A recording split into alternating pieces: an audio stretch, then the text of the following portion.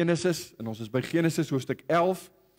Die verhaal van die toring van Babel is eintlik in 2 dele gedeel. Verlede week het ons met u gepraat oor die godsdiens van Babel. Vandag sal ons verder gaan en klaarmaak met die toring van Babel, maar ons gaan praat oor God verwar Babel. So ons gaan vir die doel vers 5 tot vers 9 behandel, maar ek gaan vanaf vers 1 lees. So ons lees vanaf vers 1 tot 9, maar ons gaan net praat oor vers 5 tot 9. Dis die tweede gedeelte oor die toring van Babel, as ons met u praat oor God verwar Babel. Kom ons lees in Genesis hoofstuk 11 vanaf vers 1 tot en met vers 9.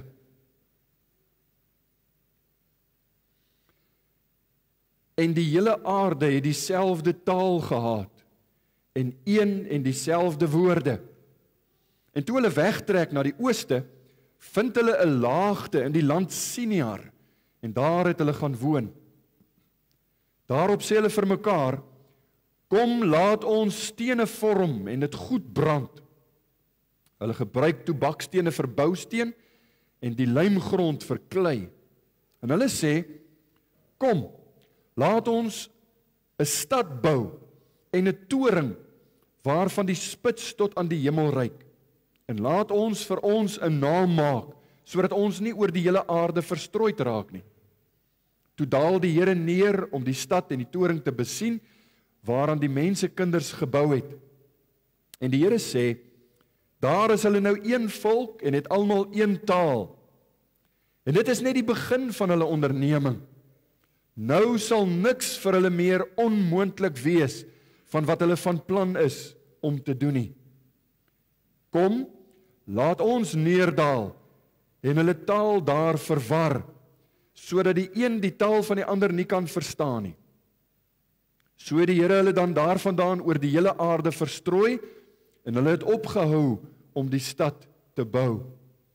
Daarom het hulle dit Babel genoem, want daar het die Here die taal van die hele aarde verwar.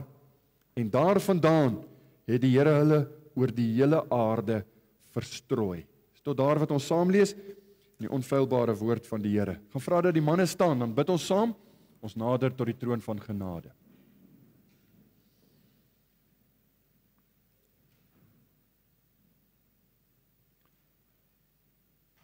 Driemaal heilige God, U wat deur die engele, deur die serafs besing word. Heilig, heilig, heilig is die Here van die leerskare. Die hele aarde is van sy heerlikheid vol. Ons wil ook voor U kom buig. Ons het U lof besing met pragtige liedere wat ons laat dink het aan die waarheid uit U woord. Ons wil saam met die woorde van Petrus toe hy op Pinksterdag gepreek het, wil ons waarlik sê, U is die leidsman tot die lewe. As ons U ken, as ons weet wat U vir ons gedoen het, dan het ons die lewe. As ons geloof in U stel en wegdraai van ons eie denke, ons eie sinnigheid, dan word ons bewus van U grootheid. Ons word bewus van U genade, U reddingsgenade. En ons wil dit ook vanoggend ervaar. Daar is vooraf daarvoor gebid. Maar sal U ons die waarheid uit U woord wys? Ag Here, ons het U so nodig. Ons lewe in 'n tyd wat verwarring saamgebring het. Saam met die kultuur waarin ons groot word, saam met dit waarmee ons alledaags te doen kry, het ons deurmekaar geword. Baie keer selfs tussen reg en verkeerd is dit moeilik om te kan kies, want ons gemoedere, ons gedagtes, ons sinne word deurmekaar gekrap in hierdie lewe. Hoe sou ons die lewe verstaan as dit nie was vir U woord nie? Hoe sou ons geweet het wat is reg en verkeerd as dit nie was vir U waarheid nie? Hoe sou ons ooit gered kon word as U ons nie lei en leer volgens die Bybel nie? Daarom wil ons bid dat U by ons sal kom stil staan. Seën ons saam, ter wille van U naam, ter wille van U koninkryk, ter wille van U heerlikheid. Amen.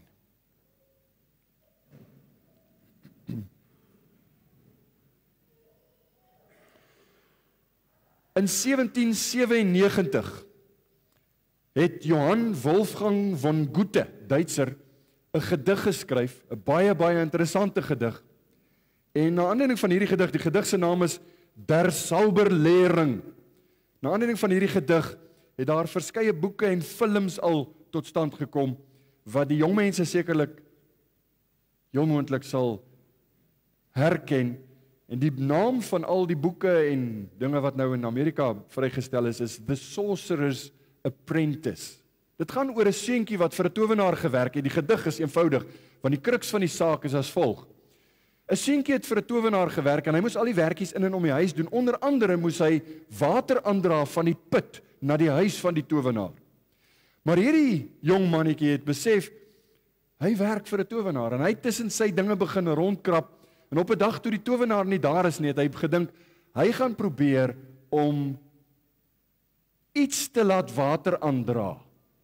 En hy het in die boeke rondgekrap en spreuke uitgespreek en nie lank nie, toe kry dit reg dat die besem water aandra van die put af na die huis toe.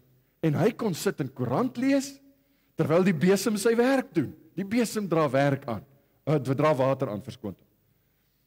Maar terwyl hy nog sit en lees, toe voel hy iets nat by sy voete en hy besef, maar wat gaan nou hier aan? Toe die besem aangehou, dra en dra en dra, die water word te veel en die uiteinde van die saak is, hierdie jongman, hierdie seun het amper verdrink, as dit nie was vir die towenaar wat opgedaag het nie, want hy het homself eintlik deur sy slimmigheid laat vang. Dit is eintlik maar 'n gelykenis, 'n beeld van dit wat ons ook sien met die toring van Babel.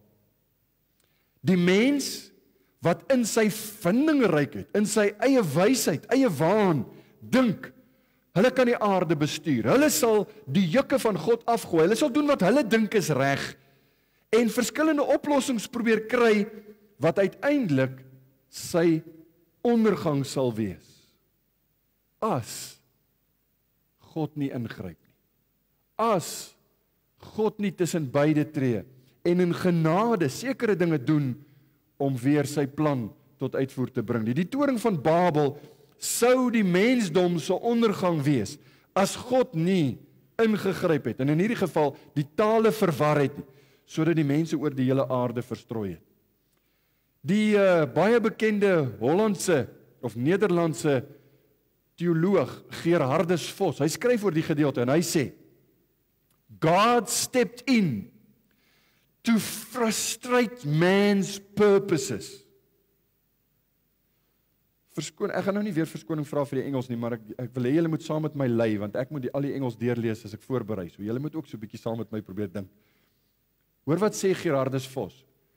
The real issue at Babel was God versus man. The sovereign, gracious, wise, almighty God versus proud, haughty, godless and united humanity. Dis die kwessie wat ons by Babel sien. God teen die mens. Ons praat oor die mens wat in hulle vrydenkende eie wysheid gesê het, ons gaan nie versprei oor die aarde nie, ons gaan net hier bly, en ons gaan 'n stad bou met 'n naam. Ons sal ons eie God skep, ons wil God van die troon af, ons het laasweek daaroor gepraat, ons gaan God van die troon af stoot, want ons gaan vir onsself 'n godsdienst daarstel, ons kan sonder God klaarkom. God het egter ingegryp, want dit is die mense wat saam staan teen God, en soos wat Gerhardus Vos sê, hier is hulle teen die soewereine God, die almagtige God. Nou het ek al 'n paar keer gepraat oor die soewereiniteit van God. Wat is die soewereiniteit van God?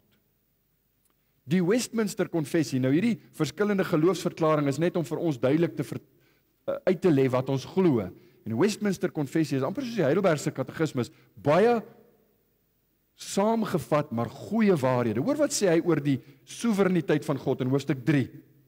Die Westminster Konfessie lees so in Afrikaans. God het van alle ewigheid deur die alwyse en heilige raad van sy wil vry en onveranderlik beskik wat daar moet geskied. Ek gaan net tot daar lees, want hy verduidelik verder hoe dit nie beteken dat God die outeur is van sonde, of dat God die mens dwing om sonde te doen nie. Daar's 'n baie mooi verklaring as jy dit nou regtig wil bestudeer. Maar hierdie woorde, wat daar moet geskied, is belangrik. Dit beteken, in die Engels staan daar letterlik, whatsoever come to pass, want dit is, alles wat in jou lewe gebeur, is 'n bepaling deur God. Dit word in sy soewereiniteit vasgestel. Alles wat moet geskied. Dit beteken, vir u en vir my, daar bestaan nie so iets soos toeval nie.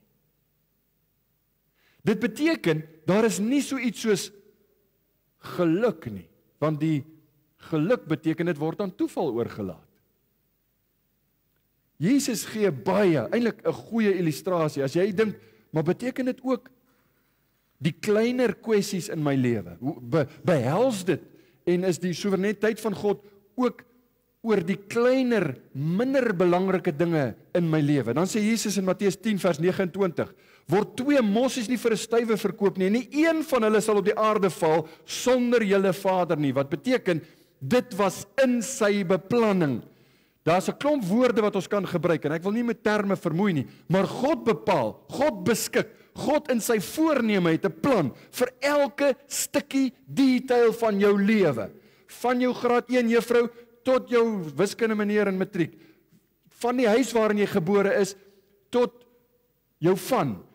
Die kleinste dingetjies in jou lewe, al hierdie detail is bepaal en is vasgestel deur God.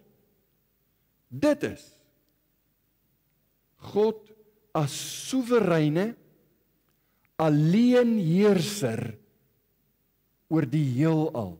As daar 'n stukkie van hierdie heelal was wat nie aan God se soewereiniteit onderwerp was nie, dan het ons probleme gehad.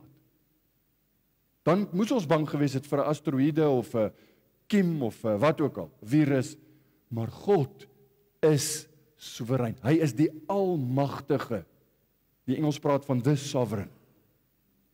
Nou ons gedeelte wat ons vanoggend behandel, en dis nou die B-gedeelte eintlik van die toring van Babel, maar hy begin so in vers 5. Toe daal die Here neer om die stad en die toring te besien waaraan die mense kinders gebou het. Die direkte vertaling klink so 'n bietjie anders, die Afrikaanse direkte vertaling. Hy lees, maar die Here het afgedaal om na die stad en die toring te kyk wat die mense kinders bou. En wat het ons hier? Enige een wie sy teologie reg is sal weet, dis nie nodig vir God om af te buk, soos wat ek nou 'n bril moet opsit om mooi te lees as ek die Bybel het lees of as ek 'n bietjie klein skrif sien. God hoef nie af te buk om te kyk, wat doen die mense nou hier? Waarmee is hulle nou besig? Dis nie wat die Bybel vir ons sê nie. En dis nie wat hier aangaan nie. Wat ons hier het is een van baie in die Bybel wat genoem word 'n antropomorfisme, wat beteken aan God word sekere menslike eienskappe toegeken. God wat moet afbuk om te sien hoe lyk hierdie majestueuse toring wat die mense bou. Dis nie om te sê God kan nie sien nie, dis om te sê God word met 'n mens se optrede vergelyk en iets word vir ons daardeur duidelik. En is eintlik in 'n meesterlike literêre wyse beskryf deur Moses in hierdie geval, want Moses het Genesis geskryf, maar die Heilige Gees het hom geïnspireer om dit te skryf, want toe God uit die hemel neerkyk wat op die aarde aangaan, waarmee is die mense besig? Was dit waarmee hulle besig was? Hierdie majestueuse toring, hierdie toring wat hulle sê, dit is waarmee ons vir ons 'n naam gaan maak, hierdie toring. Hierdie toring was so klein, so nietig, so onbeduidend, dat die alwetende God dit skaars kon sien. Dis wat gesê word deur hierdie vers. Dis nie omdat God nou, jy weet, 'n vergrootglas moet uithaal. Wat gaan nou hier aan? Dis, julle dink julle toring is so majestueus. God wat alwys is, wat alwetend is, wat almagtig is, vir hom is dit skaars 'n spikkeltjie. Nou ek wil vir u sê, dit is ironies, né? Dat dit wat die mensdom, terwyl hulle saam staan, en hulle gaan vir hulle hierdeur 'n naam maak, beskryf die Bybel as iets wat God moet neerbuk om te sien, wat doen hulle? Waarmee is hulle besig? Maar dit geld, hierdie beginsel geld vir alle menslike prestasies. Ek wil hê u moet saam met my dink. Kom ons doen die oefening. Neem tyd en dink saam met my aan die grootste prestasies van die mensdom. In ons dag of deur die geskiedenis, maak nie saak nie. Jy dink aan die grootste prestasies in terme van die ruimteprogram. Ons het iemand al op die maan gesit, of ons het iemand al, gaan ons God beïndruk met dit? Nee. Dink aan ons mediese tegnologie. Ons kry dit reg om aan mense, jy weet, 'n nuwe heup te gee, of ons kan vir hom 'n nuwe hart gee, of gaan dit God beïndruk? Nee. Ek wil jy moet mooi dink. Dis wat die Bybel besig is om te doen. God, selfs al staan die mensdom saam, wil hulle teen God staan en sê, ons wil 'n namaak, ons wil hom van die troon afstoot. Ons wil hom nie hê as die soewereine een nie. Ons wil soewerein wees. Dis die wese van die mensdom. En hierdie beginsel is reg deur alles wat ons doen. Alle menslike prestasies is vir die Here nietighede. Jy gaan met die prestasie kom en sê, kyk hierna, wat kan ons doen? En God gaan sê, en verskoon nou die menslike manier, wil jy my hiermee beïndruk? Wil jy my hiermee beïndruk?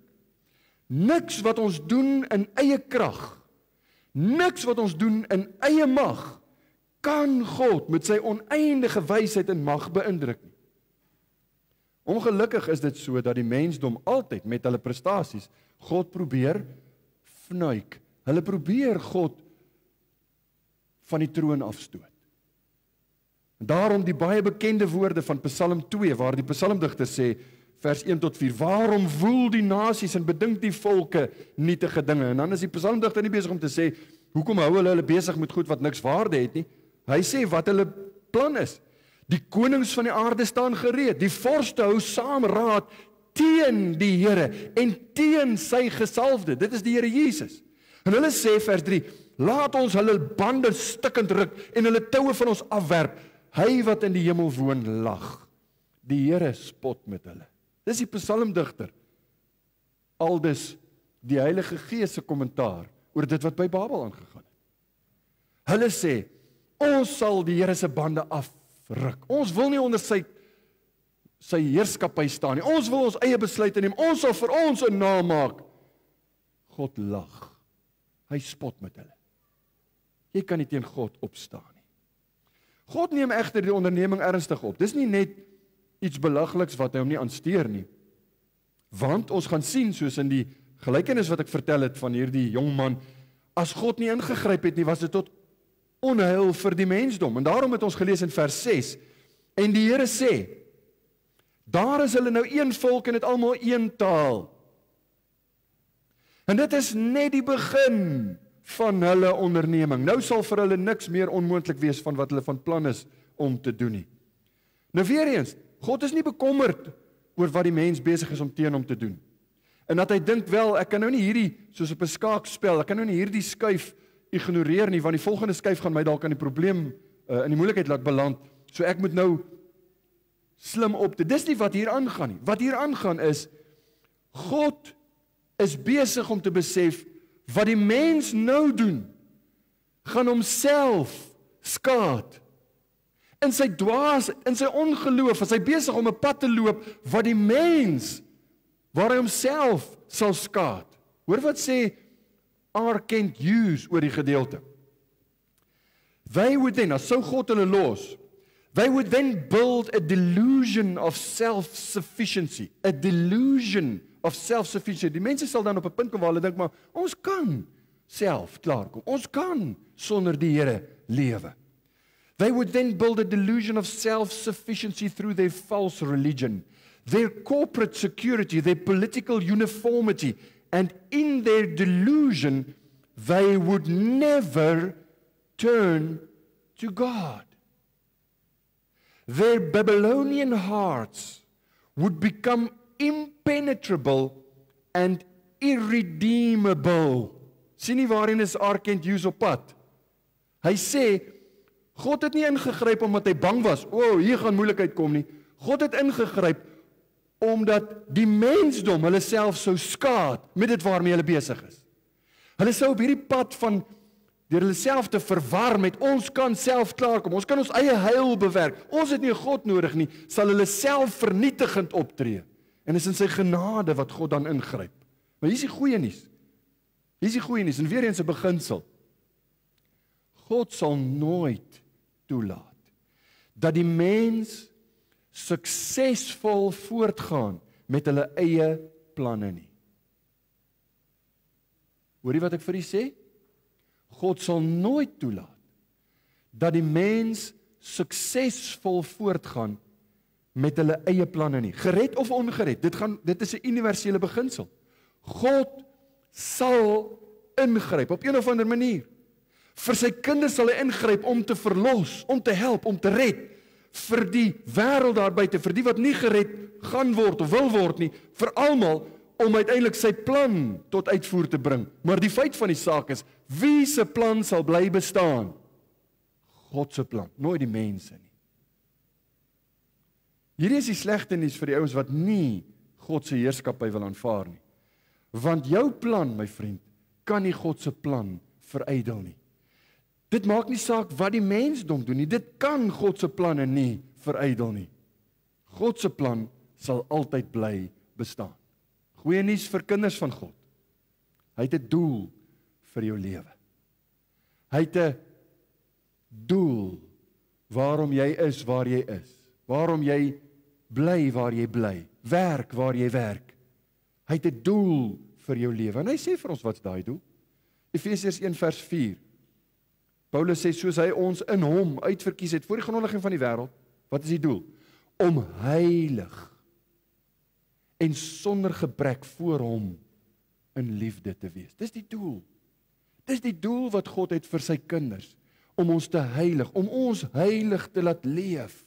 Dis waarheen ons op pad is. Dis hoekom hy ons leer, dis hoekom hy ingryp, dis hoekom hy ons soms reg help, dis hoekom ons planne nie altyd uitwerk nie. Ons het ook gelees in vers 7. Hierdie woorde het ek onderstreep. Kom, laat ons neerdal en hulle taal daar verwar, sodat die een die taal van die ander nie kan verstaan nie. Nou is daar baie verskillende menings oor, wie is die ons? As jy teologies reg wil praat, dan sal jy dink, maar dit moet die drie-eenheid wees. Dis God in sy drie-eenheid wat onderling met mekaar praat en beredeneer, kom, laat ons. Ander mense, ander van die kommentaare sal sê, nee, dit is God wat met sy engele praat, want dis die engele is die wat uitvoer dit wat God gedoen wil hê. So, hulle ontken nie noodwendig die drie-eenheid nie, maar hulle sê dis God wat vir die engele sê, kom, laat ons neerdal. So, soos wat God verskyn het in die Ou Testament, met die engele, verskyn het as mense, kom, laat ons dit doen. So sê ander mense weer. Weet jy, ongeag waarna dit verwys, ons hoef nie eers daaroor te redekabel nie, ongeag waarna dit verwys, dit is eintlik geskryf ook weer eens met 'n spotterny, met die woorde van vers 4, wat ons laasweek behanteer het in gedagte. Vers 4 sê, die mense het gesê, kom, laat ons vir ons 'n stad bou, en 'n toring waarin die spits aan die hemel reik. Laat ons vir ons 'n naam maak, laat ons, nou sê God, kom, laat ons neerdal, en hulle verwar. En ons gaan hulle verwar net met die taal.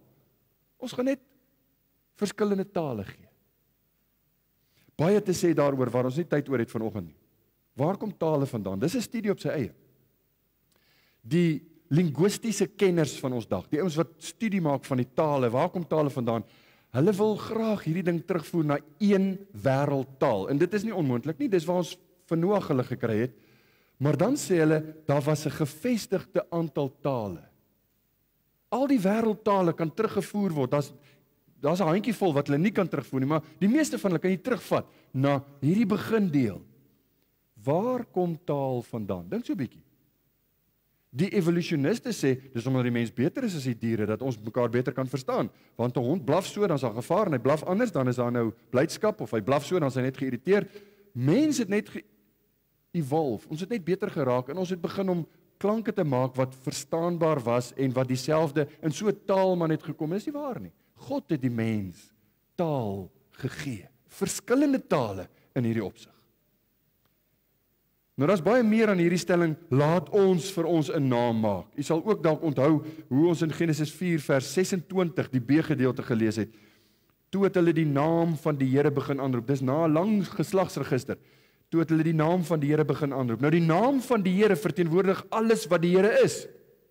Soos die mensdom nou sê, laat ons vir onsself 'n naam maak, dan wat hulle eintlik bedoel is, laat ons vir ons 'n naam maak soos God. Ons gaan ook 'n naam hê soos God. Weereens net 'n bevestiging, hulle wou God van die troon afstoot. Ons sal regeer, ons wil die lot van ons eie bestemming in ons hand hou. Ons wil die stuurman wees van ons eie lewensbootjie. Ons sal besluit, ons sal doen soos wat ons dink is reg. Hierdie toring was 'n manier om God te probeer ontroon, om hom te gebruik soos hulle wil.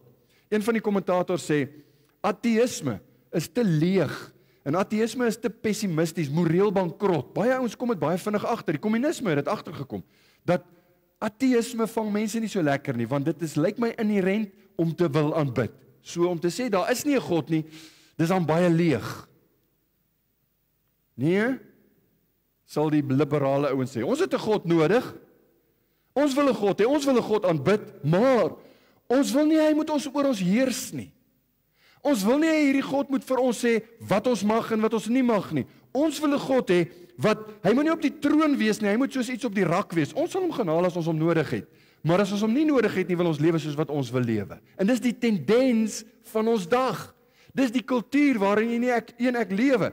As jy in 'n Christelike land soos Suid-Afrika groot geword het, dan sit jy met hierdie idee van mense wat dink, God is mos daar vir my. Ek bedoel, as dit met my sleg gaan, moet die Here my help. En as ek siek is, moet die Here my genade gee. En as ek, die Here moet my help, want hy's daar vir my. Hy's op die rak, as ek hom nodig het, sal ek hom gaan haal. Maar vir die res wil ek lewe soos wat ek wil lewe. En vriende, dit is die verste van Bybelse Christendom af. Dank God dat hy in sy almag regeer en hy sal nie toelaat dat hy op die rak gesit word en net gebruik word wanneer jy wil nie. Hy gryp in die affære van die mensdom. Hy gryp in deur middel van 'n legio omstandighede en kwessies en dinge en mense en wat dit ook al, alles is sy knegte. Hoekom gryp hy in? Want hy bewys genade. Hy's genadig oor die mens. Daarom gryp hy in. Nou vanoggend gaan ek kortliks drie kenmerke vir u gee van hierdie ingrype van God. Miskien moet ek eers net vir u sê, die ingrype van God kan iets wees soos 'n natuurramp. Dis 'n groot ding. Dis God. Hy bepaal dit. Dit kan wees iets soos 'n siekte. Hy bepaal dit. Dit kan wees iets soos iemand wat iets vir my sê en dit bly my by, dit pla my en dis God wat dit gebruik om my altyd tot stilstand te bring, al hierdie dinge, sodat ek nader aan hom moet beweeg. God se ingrype, God se tussen beide tree, God se optrede in ons lewe. Dit is soms tug, met ander woorde, om ons reg te wys, soms is dit wat ons leer, soms is dit om ons te waarsku en terug te hou van iets ernstiger. Daar's verskillende gesigte wat hierdie optrede het. Maar ek wil vanoggend net uit die gedeelte 3 kenmerke vir u noem van God se optrede in u lewe. En u gaan dit herken en ek hoop u gaan dit in die toekoms waardeer en raak sien. In die eerste plek, God se optrede is wys en effektief. Nou dis hoe God opgetree het by Babel. Dis nou wat ons gaan gebruik want dis die verhaal wat voor ons lê. Die kwessie hier by Babel is nie die toring nie. As die toring vir God 'n probleem was, dan kon hy net soos wat ons soms met die sandkastele op die strand, kon hy maar net die toring omgeskop het. Maar die probleem was nie die toring nie. Die probleem was in die harte van die mense. Hoor wat sê vers 7, kom laat ons neerdal en hulle taal daar verwar, sodat die een die taal van die ander nie kan verstaan nie.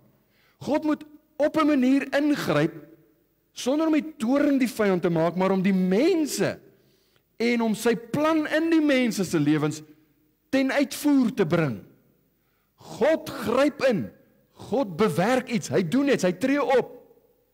En die effektiwiteit van God se ingryping is baie sigbaar in vers 8. So het die Here hulle dan daarvandaan oor die hele aarde verstrooi. Hulle wou nie, maar toe God die tale verwar, toe is hulle weg. En hulle het opgehou om die stad te bou. God se optrede is wys, God se optrede is effektief. Altyd.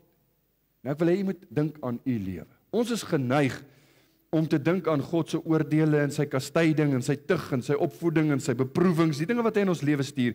En mense is baie keer geneig om vir my ook te sê, ek sukkel nou al lank met hierdie kwessie by die werk, of ek sukkel met my kind, of ek sukkel in my huwelik, of ek sukkel waar ook al, hulle sê, miskien is die Here kwaad vir my. Jy weet, miskien het ek iets verkeerd gedoen. Ek moet net uitvind wat dit is. Dan is dit nie die Here se optrede nie. As dit die Here se optrede was, sou jy dit geweet het. Weet jy hoekom sê ek so? Want God se optrede is effektief en is in wysheid. Dit is in wysheid en altyd om ons te laat besef, ek weet ek was ongehoorsaam. Daarom het hierdie ding gebeur. Ek weet dit. Ek twyfel nie daaroor nie. Ek weet dit. Dis hierdie dinge wat ons in toom hou. Dis hierdie dinge wat ons op die pad hou, soos wat ons maar sommer met mekaar sal praat. Hoe bemoedigend is dit nie, dat die Here altyd, van die dag af dat ons gebore is, geweet het, dis die plan wat ek vir hierdie seun of hierdie dogter van my het, ek gaan sorg dat hy of sy op hierdie pad bly, en hy hou ons in toom. As dit nie daarvoor was nie, vriende, sou ons lankal afgedwaal het. Van ons grootste stryd en beproewings, van die swaarste dinge wat ons deur is in ons lewe, is maniere waarop God ingryp om ons naby te hou, om ons op te voed, om te sorg dat ons uiteindelik in die hemel sal aankom. Ons moet hom dank daarvoor. Mense sê gedurende vir my, as hulle deur 'n baie moeilike tyd is, dan sê hulle kyk terug en dan sê hulle, ek wil hierdie nie oor hê nie. Dit was baie swaar. Maar ek dank die Here daarvoor, want dit het my naby hom gebring. Jy het dit miskien al self gesê. Dis die kenmerk van die optrede van God. Dank hom daarvoor. Niemand van ons tender vir swaar kry nie, niemand van ons hou daarvan om swaar te kry nie, maar dis wat die Here gebruik om ons te kap en te louter en te maak, dit wat hy ons wil hê. En ons moet die Here dank daarvoor. Dis hierdie dinge wat ons naby hom hou. Sy ingryping is wys, effektief, altyd werk hy, kry hy sy plan tot uitvoer. Maar die tweede gedagte is, dis nie net wys en effektief nie, God se optrede is ook betekenisvol. Wat bedoel ek met betekenisvol? Deur sy optrede dra hy 'n boodskap oor. Deur sy optrede is hy besig om ons iets te leer, is hy altyd besig om ons daardeur iets te sê. Die boodskap by die toring van Babel was, die mens kan nooit ooit sal die mens sy doelwitte bereik, sonder 'n vertroue in 'n gemeenskap met God nie, in gehoorsaamheid. Ons het laasweek gepraat van 'n geloofsgehoorsaamheid. Sonder dit gaan jy nooit jou doelwitte bereik nie, en jy gaan nooit versadiging bereik nie. Dis die boodskap van die toring van Babel. Kyk na vers 8. So het die Here hulle dan daarvandaan, en hulle het opgehou om die stad te bou. Hy sê vir hulle, my boodskap is, julle kan nie so aangaan nie. Julle gaan dit nie reg kry nie. Julle gaan julle self vernietig. Hy het gesorg dat hulle versprei en dat hulle trek. Nou kom ons dink gou, staan 'n tree terug en dink saam met my. Hierdie ouens van Babel, hulle wou goeie goed hê. Dis nie asof hulle gesê het, ons wil slegte goed hê nie. Hulle wou vrede hê, hulle wou eenheid hê, hulle wou sekuriteit hê, hulle wou betekenis in hulle lewe. Hulle wou goeie lewens hê. Hulle tussen die Efraat en die Tigris gaan bly, goeie area, groot stad. Hulle wou goeie goed hê. En dis wat ons ook wil hê. Ons wil ook maar net goeie goed hê. Maar die feit van die saak is, in ons soeke na goeie goed soms, vergeet ons van die Here en sy plan. Ons is bereid om sy hand te los om te kry dit wat ek baie keer nie kan bykom nie. Ek sal sy hand los as ek dit net kan kry. En dis tot my eie vernietiging. Jy gaan hierdie uitdrukking ken, want mense sê dit baie vir my. Ek wil nie ryk word nie. Ek wil net alles hê wat ek nodig het. Is dit nie? Ek wil nie ryk wees nie, ek wil net gemaklik lewe. Dis jou doelwit. En nou besluit die Here, nee, jy gaan nie daai kontrak kry nie. Nee, jy gaan nie daai verhoging kry nie.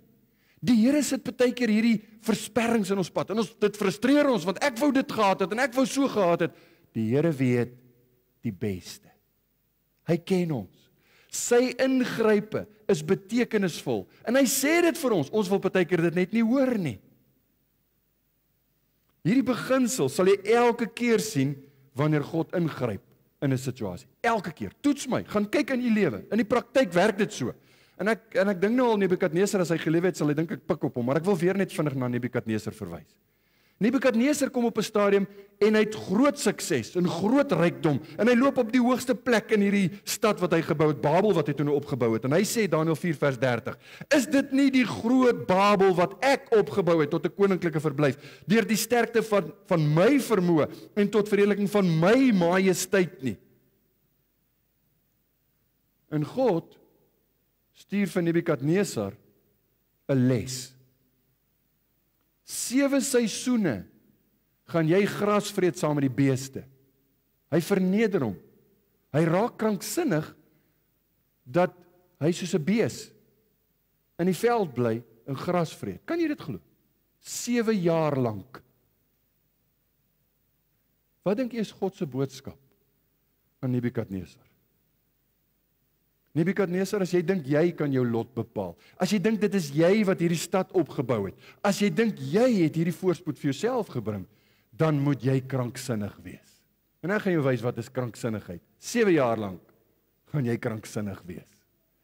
Verstom my net dat die ouens hom teruggevat het na 7 jaar. Hoe het hy bewys hy is nie meer kranksinnig nie? Dis altyd wat ek wonder. Maar die Here het hom herstel. Ek wil vir u vanoggend sê, ons lewe in 'n samelewing wat volgens Bybelse waarheid kranksinnig is. Hoor wat ek vir u sê. Mense weet nie meer wat is reg en verkeerd.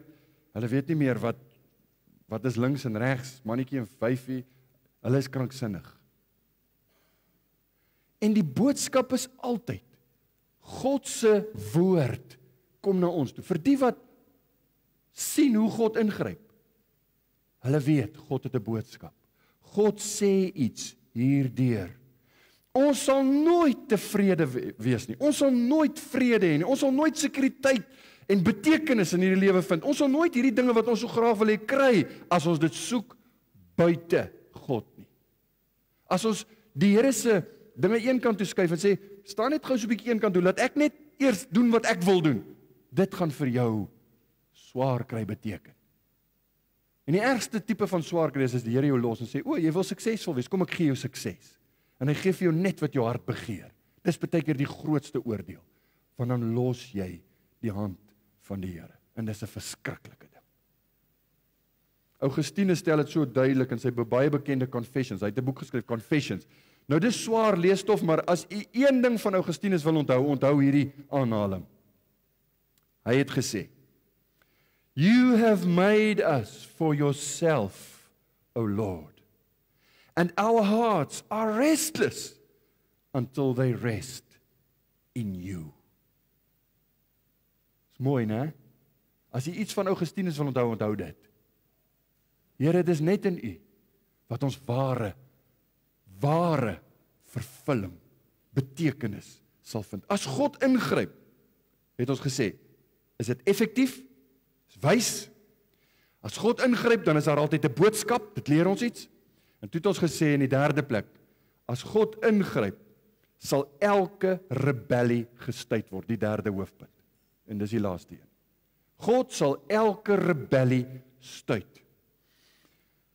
As die almagtige, die soewereine een, en daar kan net een soewereine wees, sal God nooit toelaat dat sekulêre rebellie, of dit nou is sekulêre humanisme, en of dit is wat dit ook al, watter ideologie dit ook al is, God sal nooit toelaat dat dit suksesvol wees nie. Kyk na vers 9. Daarom het hulle dit Babel genoem, want daar het die Here die taal van die hele aarde verwar. En daarvandaan het die Here hulle oor die hele aarde verstrooi. Weet jy wat is interessant van Babel? Babel, in die taal wat hulle gepraat het voor die verstrooiing, beteken Babel die poort na die gode. Dis wat dit beteken. Poort na die gode. Dit gaan vir ons hierdie manier wees waarop ons vir onsself 'n naam gaan maak. God sê in sy optrede, ek gaan die betekenis van hierdie woord verander. En as jy vandag selfs in ons eie moedertaal en in baie ander tale gaan kyk na Babel, dan beteken dit verwarring. Is dit nie? Jy kom in 'n klaskamer van graad 1tjies en jy sê, hierdie is 'n Babelse verwarring. Hoekom? Want is 'n geraas en is de mekaar en alles is net ordeloos. Babel. Hoor wat sê vinnig net weer Gerardus Vos oor die gedeelte. Hy sê, from this incident, the noun Babel has become a synonym, dis 'n woord met dieselfde betekenis, a synonym for confusion and unharmonious conflicting noise at the present day. So dis hier waar God eintlik die naam Babel verander het om iets anders te beteken. Wat sê hy daardeur? Hy sê, jy gaan my nie beïnvloed nie. Ek sal jou lewe beïnvloed, want ek is God. God het homself in sy almag voorgeneem om nie hierdie rebelse, goddelose werke van die mense te seën nie. En hy het gesê, ek gaan julle voetstappe anders rig, of in ander rigtings rig. Almal van ons wil 'n lewe hê van blydskap en vrede en betekenis en tevredenheid, sonder om aan God te dink. Maar al wat jy doen, is jy deurboor jouself met smarte. Want jy doen dit sonder, of probeer buiten die plan van God dit regkry. Baie bekende Bybelse illustrasie is Asaf, die Bybelskrywer, of een van die Koragiete. Asaf was een van die priesters wat van die psalms geskryf het, en hy sê in Psalm 73, man, dit pla my, sê Asaf, en nou is ek besig om vry te vertaal. En jy moet nou verstaan wat die agtergrond was van Psalm 73, want dit was ander tye. Vandag sal dit 'n bietjie anders gesien word as jy dit sê, maar daai tyd het hy gesê, ek kyk na die goddelose mense, en hulle is net voorspoedig. Hulle voorspoed is sigbaar, want hulle is vet. In ons dag, as die vrou sê hy is vet, is dit nie so lekker nie, maar daai tyd as die vrou gesê het, ek sien jy is lekker vet, dan beteken dit, ek sien jy is baie voorspoedig. Asaf sê, dit pla my. Hoekom? En jy kan gaan kyk op vers 4, hulle vet is hulle liggaam. Hoekom is die goddelose mense altyd voorspoedig? Hoekom het die goddelose ouens soveel pret? Jy kyk na die partytjies wat hulle hou en al die dinge wat hulle doen, dit lyk net asof hulle die hele tyd pret het. Hoekom is dit so? Maar dan sê hy, en ek wil vir u die direkte vertaling lees, want hy het hom mooier vertaal, reg vertaal, maar meer kontemporêr. Psalm 73 vers 17. Totdat ek in die heiligdom van God ingegaan het, ek het insig gekry in hulle uiteinde. Die ou vertaling sê, totdat ek in die heiligdomme van God ingegaan en op hulle einde gelet het. Die nuwe vertaling, hierdie Bybel, die direkte vertaling sê, ek het insig gekry in hulle uiteinde. Met ander woorde, hy het so 'n bietjie gaan dink oor, wat sê die Bybel oor die goddelose mense? Nee, dit lyk nie goed nie. Want die einde is nie goed nie. Laat hulle nou maar hulle pret hê. Laat hulle nou maar hulle partytjies hou. Die einde daarvan lyk nie goed nie. God kry altyd dit wat hy bepaal het. James Montgomery Boyce het gesê, God always has the last word. Die natuurlike mens haat hierdie idee. Hoor wat ek vir u vanoggend sê. Die natuurlike mens, dis in jou aard, haat jy dit, dat God altyd kry wat hy wil hê, dat God soewerein is. Hoekom word sy planne altyd uitgevoer? Hoekom word sy dinge altyd reg gedoen? Hoekom altyd hy? Hoekom nie altyd ek nie? Hoekom kan hy nie na my luister nie? Die mens, die natuurlike mens, haat dit. Hou nie van die idee van 'n soewereine God nie. En daarom is die bekende aanhaling, en jy het dit sekerlik al op Facebook gesien, weer eens, as jy iets van C.S. Lewis wil onthou hierdie aanhaling. C.S. Lewis het gesê, human history is the long, terrible story of man trying to find something other than God which will make him happy. Dis 'n baie goeie aanhaling wat jy kan onthou van C.S. Lewis. Een van die filosowe wat jy maar na kan kyk of na kan luister. Nou vriende, die verhaal van Babelse toring sluit af met God wat sy plan tot uitvoer bring. God wat kry dit wat hy wil hê, want hy kry altyd wat hy wil hê. Vers 8, so het die Here hulle dan daarvandaan oor die hele aarde verstrooi en hulle het opgebou om die stad te bou. God se raad sal bly bestaan. God se woorde sal altyd uitgevoer word. Ek hou van die woorde van Jeremia 1 vers 12, waar die Here sê, ek is wakker oor my woord om dit te volbring. Ek is eintlik angstig. Die direkte vertaling sê, ek is bedag daarop om my woord uit te voer. Wat 'n bemoediging vir u en vir my. Wat 'n bemoediging om te weet, ek hoef nie bekommerd te wees as my planne nie uitwerk nie. Want God se plan sal altyd uitwerk. Dit is die rede waarom manne so Spurgeon en al die ouens wat geweet het van die soewereiniteit van God gesê het, dis die heerlikste kussing waarop jy jou kop kan gaan lê en gaan slaap, want God is soewerein. Dit beteken sy planne sal nie verander nie, sy planne gaan nie verydel word nie. Hy kry altyd dit wat hy beplan het. Paulus het 'n versie in die Nuwe Testament, en die van julle wat lief is vir die woorde en om te kyk na 'n bietjie dieper grawe en omkring of onderstreep, onthou hierdie versie. As jy praat van die soewereiniteit van God en die feit dat God bepaal het, dan gebruik Paulus in een versie amper al die woorde, nie net in Afrikaans, ook in die Engels, vir hierdie tipe van goed. Efesiërs 1 vers 11. Hoor wat sê Paulus. In hom, in wie ons ook 'n erfdeel ontvang het nadat ons van tevore daartoe verordineer is, ooreenkomstig die voorneme van hom wat alles werk volgens die raad van sy wil. Dis 'n mondvol. As jy net hierdie versie begin bestudeer, dan gaan jy gereformeerd raak in jou teologie, as jy dit net verstaan. Want dit beteken, daar's net een soewereine God. Sy plan staan vas en dit sal uitgevoer word. Nou kom ek sluit af. En ter afsluiting wil ek vinnig 'n ligfoto vir u skilder van Israel se geskiedenis. Dan gaan jy sien hoe mooi God hierdie dinge beplan het en uitgewerk het en uitgevoer het. En hy's vandag steeds daarmee besig. Maar dit wat ons in die Bybel lees. Ons begin eersdaags met Abraham, want hy gaan die lyn, die saad van die slang, gaan ons nou vir 'n tydjie los, dan gaan hy nou na die saad van die vrou toe. Dis die lyn van Set. Nou gaan ons hom volg, Abraham. Hier begin God met Abraham en hy maak vir homself 'n volk, die Israeliete. En as ek die Ou Testament moet opsom wat die Israelitiese volk betref, dan is dit die profete wat by Israel kom en sê, julle moenie afgode dien nie. God wat deur die profete vir die volk sê, as julle afgode dien, gaan ek julle vernietig. As julle voor die afgode gaan neerbuig, gaan ek julle laat wegvoer. Julle gaan probleme kry. Moenie afgode dien nie, elke keer. Maar helaas, wat doen die volk? Afgode. God stuur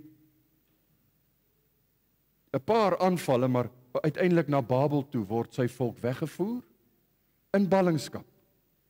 En die koning op daai stadium, koning Nebukadnesar, hy word opgevolg en later kom Kores, die heidense koning in sy plek, die Medo-Persiese ryk daarna, en Kores kom aan bewind.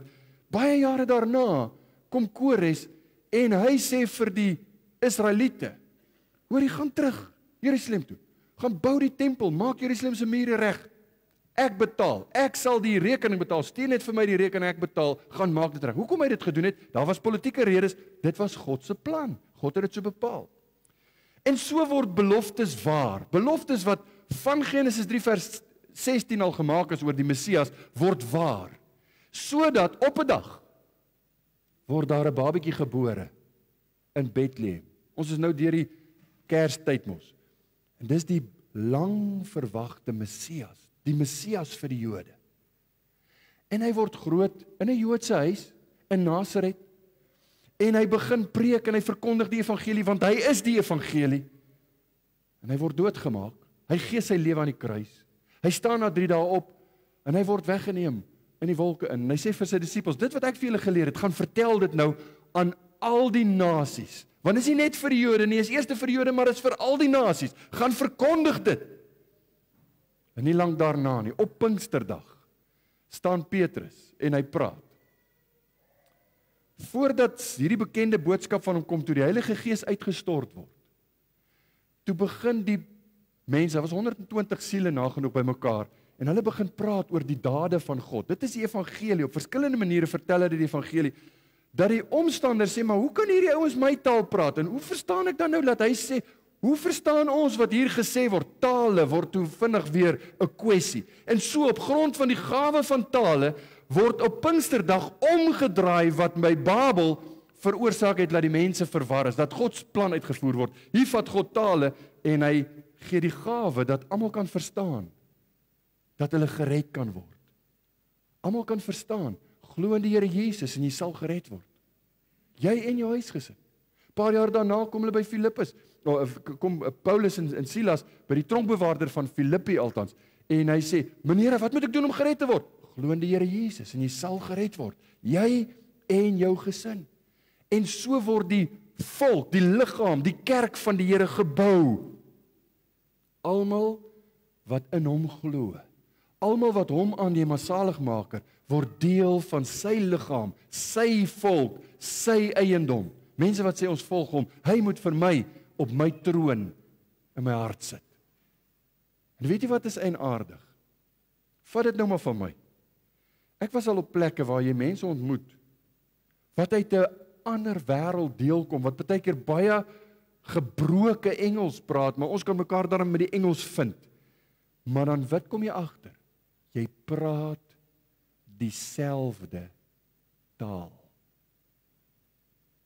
En jy moet hoor wat ek sê, dit gaan nie hier oor Afrikaans of Engels of watter taal ook al. Dit praat van die taal van jou hart. 'n Ou kom uit Rusland of Amerika of waar ook al. Ek het al ouens van die ooste al gehad. En dan ontmoet jy hom en jy besef, hierdie is my broer. Dieselfde genade, dieselfde kruis, dieselfde woord wat hy glo. En dit maak ons een. In die Here is ons een. Hoe fantasties, vriende, om te weet, God is soewerein.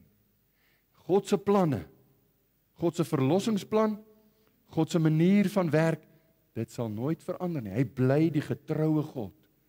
En daarom is sy uitnodiging vandag steeds, dis hoekom die genade deur oop staan. Elkeen wat vermoeid en belas is, sê hy, kom na my toe. Ek sal jou rus gee. Kom na my toe. Ek sal vir jou rus gee. Miskien is daar mense hier wat nog nooit daai stap in geloof geneem het. Die deur staan oop. Die uitnodiging is daar. Glo in die Here Jesus. En jy sal gered word. Mag die Here ons genade gee. Amen. Kom ons bid saam.